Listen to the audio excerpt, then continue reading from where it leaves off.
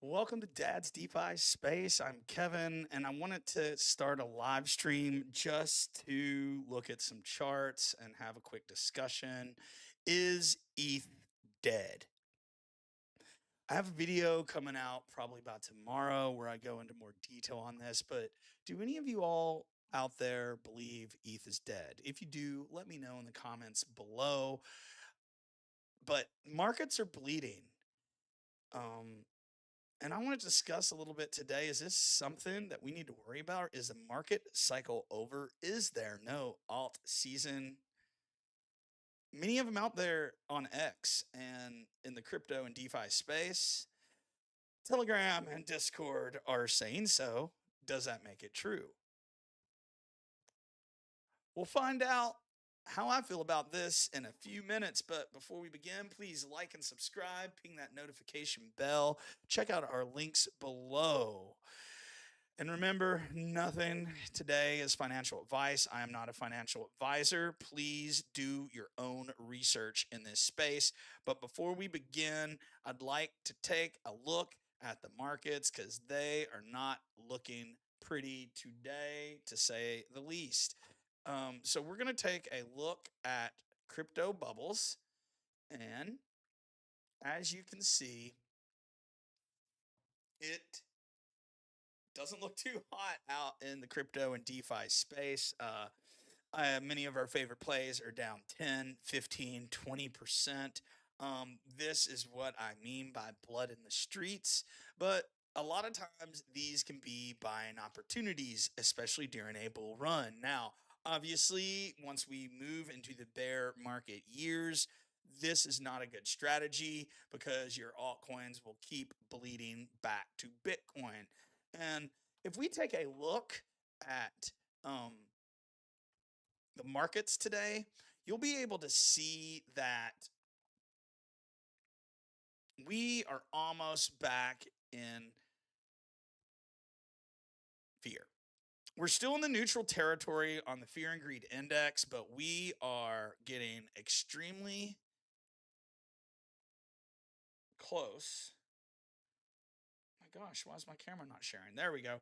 We are getting extremely close back to Bitcoin area, or excuse me, greed, or greed, fear, excuse me. So what does this mean? It means that people in the market are starting to get scared. Now, looking at the market overview, we can see that not only are we moving back into fear, but the altcoin season index is slowly moving farther down the neutral zone, closer back to Bitcoin season, although we are still in altcoin season. Earlier today, Bitcoin dominance hit 60%. We're now right at 59.4. This is a big deal because it is Bitcoin dominance that will tell us when it is time for ETH season or altcoin season. But let's actually get into today's discussion, okay? I wanted to talk about Ethereum. I wanted to look at some charts.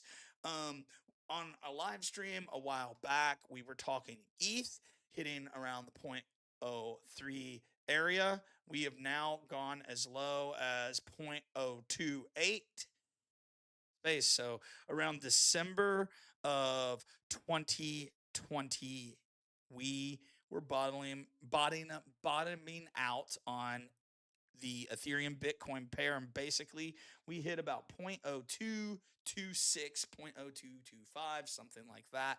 And that means we are literally within, say, I'd have to measure it out, but that literally is about 14% away from our last low during the last market cycle. That's too close, in my opinion. Now, could we go all the way down there, another 15% down? Possibly.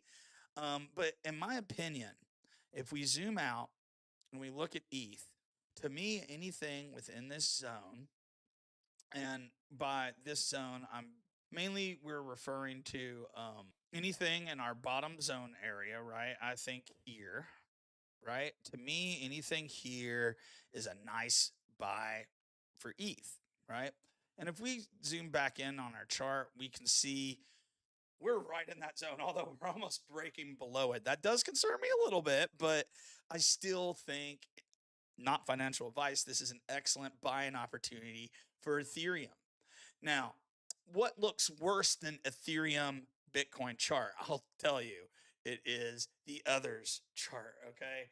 The others chart is even more in a downtrend at this time. We are looking at the weekly and we're getting farther and farther and farther away from our rocket ship, which is crazy. Um, what what are your opinions in this market? Is the market cycle over? Do you think that Ethereum is truly dead? Let me know in the comments below what your opinion is of not just Bitcoin, but Ethereum and how this may proceed over the next few weeks. Personally, I think we are getting to our final chance of being able to buy some of our favorite coins, especially Ethereum, at this low of a price. So the total crypto market cap on the weekly, we are about to touch the 50-week moving average. This is a big deal because usually if we break below it, you can see we did it here, kind of stayed below it for a little while. So every time we've broken below, we kind of chop around for a little bit. So there is a possibility like ETH might not be explosive just in the next few weeks. We may kind of chop around in this range right here between, say, or not ETH, excuse me, the others, total crypto market cap. This is basically altcoins below the top 10. Um, we might just hover in this range between, say, I don't know, 225 billion and 280 billion dollars for a little while before we move on. It's hard to say because we could explode out of this and it take no time at all, or this could happen very slowly over the next few weeks. But I did want to show one thing that I'll talk in much more detail um, in the video that I'm editing right now, and that is World Liberty Financial. Trump's organization, World Liberty Financial, has been buying the absolute crap out of Ethereum. Right now, they have probably around $260 million of either ETH or staked ETH, and it doesn't stop there. I just don't see them buying that much ETH, and ETH is dead. So looking at the chart, let me take this fib extension off. We're highly below the fib extension. It's not even going to help us at this point. So we're going to remove that from our chart. We have broken below kind of my line in the sand, which was $3,017. What did we do because of this? Well, here at Dad's DeFi Space, not financial advice, I just like to be crystal clear with how I'm playing these markets with you guys. Is I took a ton of my stable positions, not all, but a ton, and converted some of my stables either to ETH or Chainlink within Aave. Um, Likewise, within Camino, I've added more Solana to my position, bought more USD, added more Solana. We're going to do the same thing with, excuse me, we're going to do the same thing with Sway, and I will probably do the same thing with AVAX. Basically, we are leveraging these positions because they are kind of our core bullish positions within our altcoin bags. But this right here is not pretty. If ETH bleeds more, altcoins are going to bleed more, and I want to make sure everybody is prepared for that. But enough about ETH. ETH is going to be talked about a lot on my channel over the next little bit, but that's because I believe that 2025 is going to be ETH's time to shine. Now, that doesn't mean that Solana is not going to perform, AVAX is not going to perform, BNB is not going to perform, maybe even some of your riskier altcoin plays, but I just think that ETH is going to outperform Bitcoin. over the next, say, somewhere 6 to 12 months. Um, but if we take a look at any of our altcoins, it's looking terrible today. Let's take a look at Aerodrome. I know that's a favorite of many on the channel. We have broken below our lowest fib level. I mean, um, I don't even know. I hope that we keep support right around here. We are fighting because right now, if we break much below, say 85 cents, 84 cents. Our next part of the range is all the way down around 50 cents. So that would hurt. Um, but likewise, once ETH starts shining again, Arrow is going to shine again. I think we can easily get up to the 1.6 level. First price target is $3.82 for myself, and second target is $5.75. Again, not financial advice, just how I am playing this. Now, I want to take a look at Ondo. This has been an exciting one because I noticed that Ondo was in the World Liberty financial bag. Just like ETH, Ondo has broken below the 50-week moving average. We are retracing back possibly all the way down. The 200-week moving average is sitting right at around $1.02, and volume is picking up. Now, you usually don't want to see volume going up or volume being this high when we're selling off. But I mean, that is kind of where we're at right now within the markets. My meme coins are looking absolutely terrible right now, but I'm sure everyone else's is too. I really didn't have a lot of allocation, but Whiff was one of them looking terrible. I mean, we have retraced all the way back down. I mean, look at this. It is a giant M. Okay. Terrible, terrible, terrible. But that doesn't mean I cut my losses. I'm holding on to my position. In fact, I may add eventually. Not yet, right now. We're just kind of watching the charts. But with PopCat, and then I may want some kind of play on base. But right now, we've been doing a lot more research with our virtual agents. On that note, I would like to take a look at AIXBT, probably my favorite virtual agent right now. Uh, let's see. Let's look at this one. Um, AIXBT on the daily, it's looking not too good. We broke support right around. Let's put a line here because I'll probably come look at this chart again in the future. We broke support on the daily right around 35 cents. We've come back up to support for the time being almost, but again, it's just not. Or excuse me, I'm hoping that we will come back up to support because we're sitting at around 30 cents right now. This one, again, not looking pretty. This might be one I'll be looking at to provide liquidity for at least a small amount here in the near future once we find support somewhere. But right now, I want to make sure that these assets have support before I deploy too much capital back into them. Now, let's take a look at virtuals. Now, virtual protocol is sort of the platform that all these AI agents are being built on. As you can see, this is a massive, massive, massive, massive, massive, massive downtrend all the way from the top of our range. I'm just connecting points. You can see we are below the 50 week. We're moving towards the 200 week at right around 98, 99 cents. I'm still very bullish on virtuals. I'm not selling my bag, but this one hurts, and I think I'm not the only one out there who would feel this way. Link. Now, I want to take a look at Chainlink. Now, this has been an absolute fun one to look at. I want a price chart. Hold on. This is a market cap chart. We'll just pull Link off of Coinbase. Link is below the 50-day also, as you can see. But as you know, right here, this is an excellent, excellent, excellent buy zone for Link. I'm bullish on Link, institutions, real world assets. They're going to need oracles. Link is the biggest oracle. Hence, bullish on Link. Now, I know it's big. You're not going to get a crazy 10x, 20x, 30x with this one, but nice gains.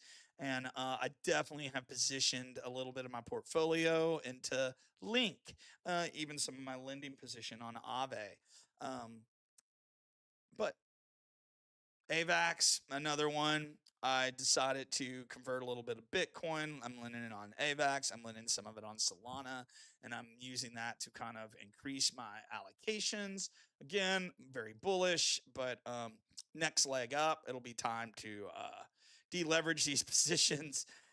If there's any kind of change in the market, if AVAX breaks anywhere below, say, this $23, $22 mark, I'm out. I'm out for now. I don't see that happening, but I would be out. Now, if anyone is on the stream and you'd like to look at any charts, let me know now. I had one thing I would like to share towards the end of the video, or towards the end of the stream, that I thought might be useful. As you noticed today, I'm not using any background music. I'm highly disappointed, but we've had copyright issues. So I hope to bring some music back shortly, but I need to do a little bit more research first on what I'm allowed to play. Anyway, Avalanche. Avalanche, been bullish since towards the end of last cycle. We did good on this one for the most part last cycle till the very end.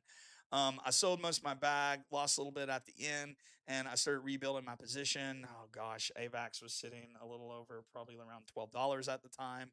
It was right around, not $12. It only got down to 18, 19. Sorry, I'm thinking about a different coin. It would have been right around, or 20 to 25, which have been right around in here. We're almost back into that range now. So AVAX position is not looking as good as it was, but I think we can easily get back up here. And to be honest, I think we can get like we used to be. I mean, AVAX was way up here. I have a price level set at 105, another one at 150 for now. This is one that we're going to have to view and kind of watch, but I'll definitely be pulling some profits around the $60, $65 mark at our all-time high. Sway. I'm going to look at Sway, or some people call this one Sui. Now, Sway Network, awesome chain. I've really enjoyed farming over on this one. Right now, we're using AlphaFi. I've not made a video on this one yet, but would like to soon. But looking at Sway and some of my ladder out points, we marked 14, 980, and way up here at $22, which would be gravy, but I don't see that necessarily happening this market cycle, but who knows, right? Who knows? But if we take a look at Sway, you can see downtrend, downtrend, downtrend, just like all the other altcoins.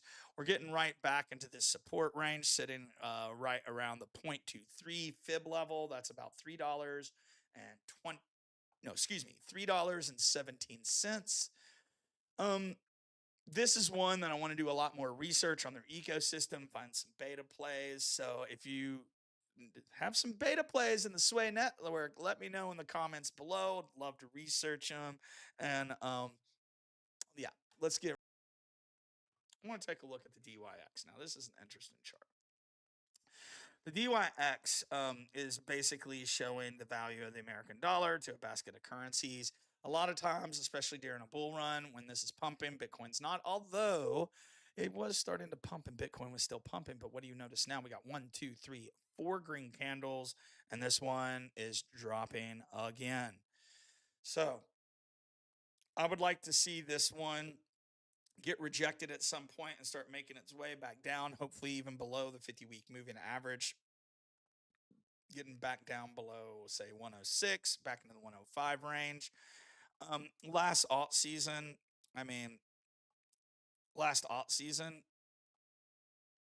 that's what happened. I mean, straight down, and then once it ended, straight up. And you can see it so clearly in this chart, right? So, great chart just to keep an eye on. Bitcoin doesn't always follow it, but it does rhyme. So I hope today's stream, I don't see anyone in the comments yet. I hope you learned a little bit today. If you're watching it after the stream, today we covered Ethereum. Is it really dead? And no, we don't believe ETH is dead. We are actually starting to buy more ETH, much like World Liberty Financial. Check out the video tomorrow, and I'll show you some research tools that you can follow things like World Liberty Financial's holdings if you don't know how to do that already. And let me know in the comments what you'd like to see more of, right?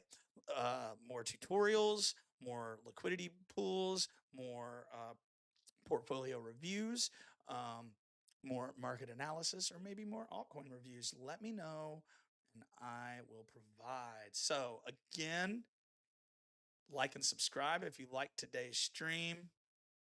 Check us out at dadsdefispace.org and CryptoZone 1013. Check out the links below. Help support the channel. And until next time, ladies and gentlemen, peace